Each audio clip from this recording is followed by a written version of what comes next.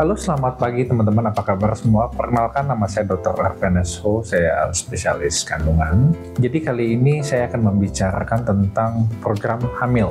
Jadi terima kasih untuk teman-teman yang sudah memberikan masukan ya, bahwa memang program hamil ini topik yang ternyata paling banyak diminati juga ya. Kalau selain keguguran dan yang lain-lain, program hamil ini banyak yang sampai ya kalau bisa dibuatkan secara sesinya dok khusus begitu. Memang saya sudah menjelaskan satu-satu, tetapi mungkin lompat-lompat.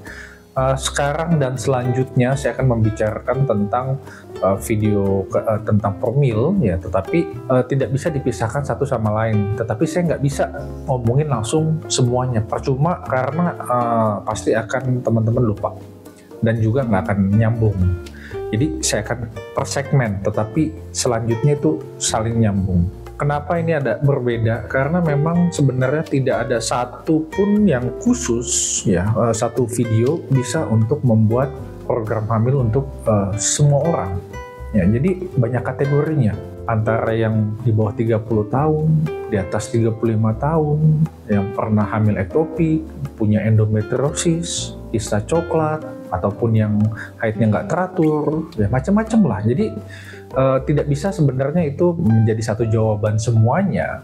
Tetapi kalau teman-teman ikutin ini perlahan, semoga ya teman-teman bisa mendapatkan jawab, bisa hamil lah, maksud saya begitu ya.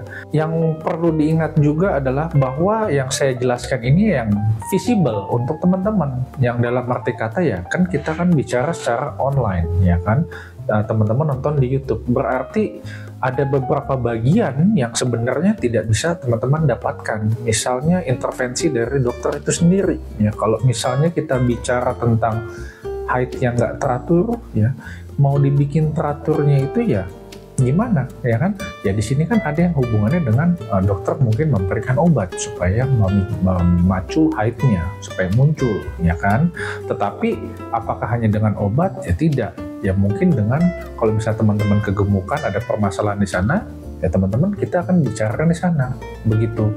Tetapi dari semua kategori yang ada, permasalahan yang ada, baik itu pun yang umurnya macam-macam gitu ya, itu kita mempunyai satu dasar, yaitu bahwa kita harus mempunyai sel telur yang bagus, sperma yang bagus, dan saluran tuba yang bagus. Jadi sebenarnya itu dulu ya. Permasalahan nanti nggak bisa hamil karena ada penyakit yang lain atau apa ya, itu nanti belakangan kita akan bicarakan sesuai segmen yang nanti. Nah sekarang kita akan membicarakan teman-teman yang mau hamil untuk yang usianya di bawah 30 tahun ya. Memang seperti sama yang tadi saya bilang, ada sel telur, ada sperma, dan juga ada saluran tuba yang bagus. Ini sebenarnya harus dicek kalau misalnya yang sudah menikah di atas 1 tahun, tidak hamil-hamil, atau di atas 35 tahun. Kadang-kadang tuh saluran tuba tuh bisa ada infeksi atau ada apa. Tetapi di bawah 30 tahun ini rata-rata kita tidak mengecek ini ya, tidak mengecek saluran tuba, apalagi kalau misalnya baru nikah. Jadi itu hanya yang sudah untuk yang teman-teman di atas tahun lah begitu. Bahwa yang pertama itu teman-teman harus mempunyai masa subur. Taunya teman-teman punya masa subur ini dari mana? Yang pertama itu adalah teman-teman mempunyai haid yang teratur. Dengan haid yang teratur, itu sebenarnya menunjukkan bahwa teman-teman mempunyai telur yang berovulasi. Ya, apakah telur ini nanti bisa ditangkap oleh fimbria lalu atau spermanya masuk membuahi begitu kan ya? Itulah yang cerita teman-teman ya. Jadi dengan haid yang teratur ini kita hanya tahu bahwa telur kita itu berovulasi setiap bulan. Untuk tahu haid yang teratur atau yang tidak teratur, saya pernah menjelaskan di sini kalau ada videonya ya. Jadi kalau misalnya teman-teman ada pertanyaan, banyak yang nanya saya ini teratur atau enggak, itu boleh tanya lagi di sana. Kalau masih nggak jelas, nanti saya akan membuatkan video khusus untuk kategori haid yang teratur atau nggak teratur, ditambahkan dengan pertanyaan teman-teman ya. Teman-teman mau nanya apa, nanti saya akan jelaskan, gabungkan di situ. Jadi videonya akan lebih spesifik untuk teman-teman. Jadi haid yang teratur ini sudah menunjukkan teman-teman mempunyai telur yang matang. Setiap bulan teman-teman haid. Nah, lalu yang kedua adalah menghitung masa subur. Mungkin teman-teman sudah sering melihat video-video lain bahwa masa subur cara menghitungnya begini. Sebenarnya mirip-mirip aja, mungkin teman-teman akan menganggap sepele begitu kan. Tetapi ini sangat penting untuk teman-teman yang kalau misalnya suaminya baru nikah 3 bulan, suaminya keluar kota, baliknya itu kan harus tahu masa suburnya kapan. Nah, di sini saya pernah jelaskan di sini video yang ini ya, teman-teman bisa lihat. Kalau memang nggak jelas, nanti saya akan jelaskan sekali lagi. Tetapi pada intinya adalah telur itu hanya berovulasi 1 kali dalam siklus ya.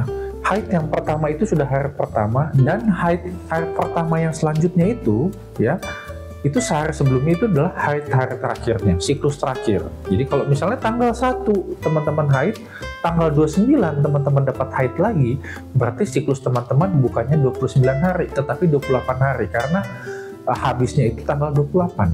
Itu sebenarnya prinsip dasar. Jadi harus tahu ini sangat penting. Kenapa? Karena teman-teman itu harus menghitung 6 bulan terakhir, kapan sampai kapan, kapan sampai kapan, begitu. Dengan tahu 6 bulan terakhir, itu akan mengetahui kondisi telur kita yang sekarang. Nah, biasanya kan haidnya akan teratur-teratur saja, apalagi kalau di bawah 30. Meskipun ada yang PCOS atau yang lain-lain, yang kegemukan, itu bisa saja ya, tetapi itu beda, kita nggak ceritain sekarang. Masa subur ini akan bisa diketahui dengan siklus yang sudah ada, misalnya 28 hari, gitu ya, dikurang 14. Jadi tanggal 14. Secara kasar ya, 3 hari ke belakang, 3 hari ke depan, seminggu itulah begitu ya. Itu merupakan masa subur, di mana teman-teman harus bersenggama. Ini sangat penting ya, ini sangat penting. Dan kenapa 6 bulan ke belakang lebih penting lagi, teman-teman tahu, karena kan range. Jadi yang paling pendek misalnya 28, paling panjang misalnya 32 atau 33 ya, 33 dikurang 14 berarti kan hari ke-19. 28 dikurang 14 jadi hari 14. Jadi 14 sampai ke 19 itu merupakan masa ovulasinya, ditambahkan 3 hari ke belakang, 3 hari ke depan. Berarti hari ke-11 sampai hari ke-21 teman-teman itu bisa harus bersenggama pada masa saat itu ya. Itu masa subur. Ingat, penjelasannya lebih detail nanti saya akan bikin khusus. Nah, lalu yang ketiga adalah mengenai olahraga. Ya, jadi sebenarnya olahraga ini sangat penting, yang mana sebenarnya pada saat usia 20-an teman-teman itu masih olahraganya masih rutin, masih jaga badan, masih mau ketemu cowok, masih bagus lah ya. Jadi sebenarnya jarang yang kegemukan, tetapi yang dengan olahraga yang bagus ini teman-teman itu mempunyai berat badan yang ideal. Dengan berat badan yang ideal, inilah badan yang sehat ya akan menghasilkan sel telur yang sehat dan yang kuat. Yang mana dengan sel telur yang pematangannya bagus, yang masih masa-masanya bagus ya teman-temannya, itu angka keguguran akan semakin kecil. Jadi nggak ada itu setelah tes pack positif kok dapat haid, keguguran misalnya gitu. Itu hanya terjadi pada yang di atas 30-an, 40 mungkin begitu ya. Itu lebih sering yang teman-teman kita yang sudah tua. Ya, maaf ya, yang di batas 30 Anda sudah tua. Yang kita gini masih muda. Dan yang paling penting di sini adalah makanan, teman-teman. Di sini banyak sekali yang meremehkan tentang makanan. Tanpa sadar, tanpa teman-teman ketahui bahwa makanan itu juga sangat jelek. Kalau misalnya teman-teman hanya makan gorengan, hanya makan yang goreng-goreng, minyak-minyak, begitu, tidak ada yang sayur-sayuran ya. Jadi ini memang harus sudah memulai berubah gaya hidup dari olahraga dan makanan. Olahraga juga teratur, makanannya mungkin makan makanan sayur. Makanan sayur kan nggak perlu mahal, nggak perlu yang harus yang satu bungkus yang beli apa tuh yang salad go apa begitu kan ya, nggak perlu. Gado-gado apa semua di rumah, sayuran, bayam itu bagus semua.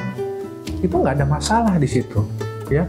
Jadi dengan adanya vitamin, dengan adanya olahraga, memproses telur kita menjadi bagus, ini saya yakin untuk teman-teman yang di bawah 30 tidak akan sulit untuk bisa hamil.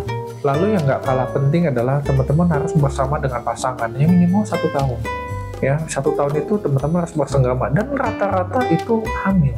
Untuk permasalahan di bawah 30 tahun yang sulit hamil ya, sulit hamil.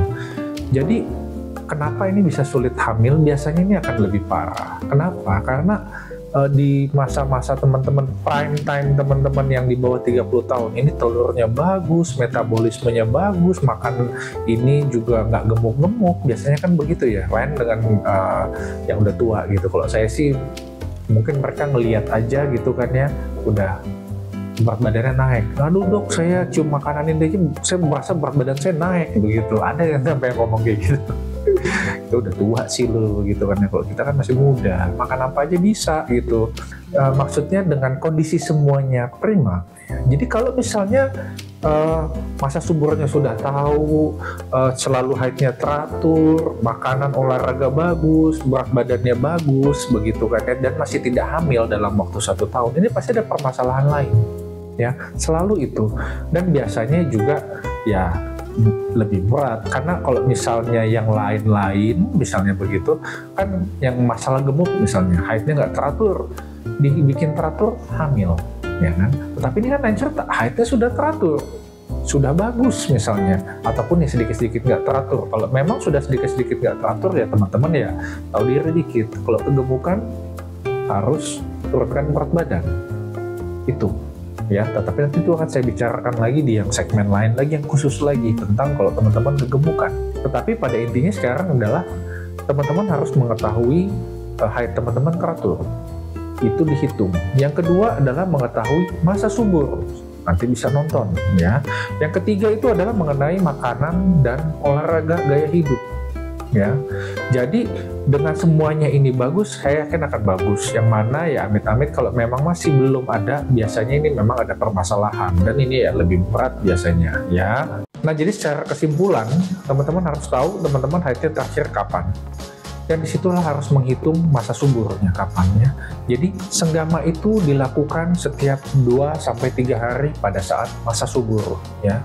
Jangan dihajar boleh selama sebulan, misalnya suaminya gitu kan pengen banget atau gimana hamil gitu kan ya, belum setahun nggak apa-apa, tertata. Karena sperma yang keluar setiap hari pun hasilnya itu tidak bagus, harus dalam waktu 3-4 hari lah ya, harus ada yang baru ya. Begitu juga dengan olahraga dan juga dengan makanan, seperti yang saya bilang tadi.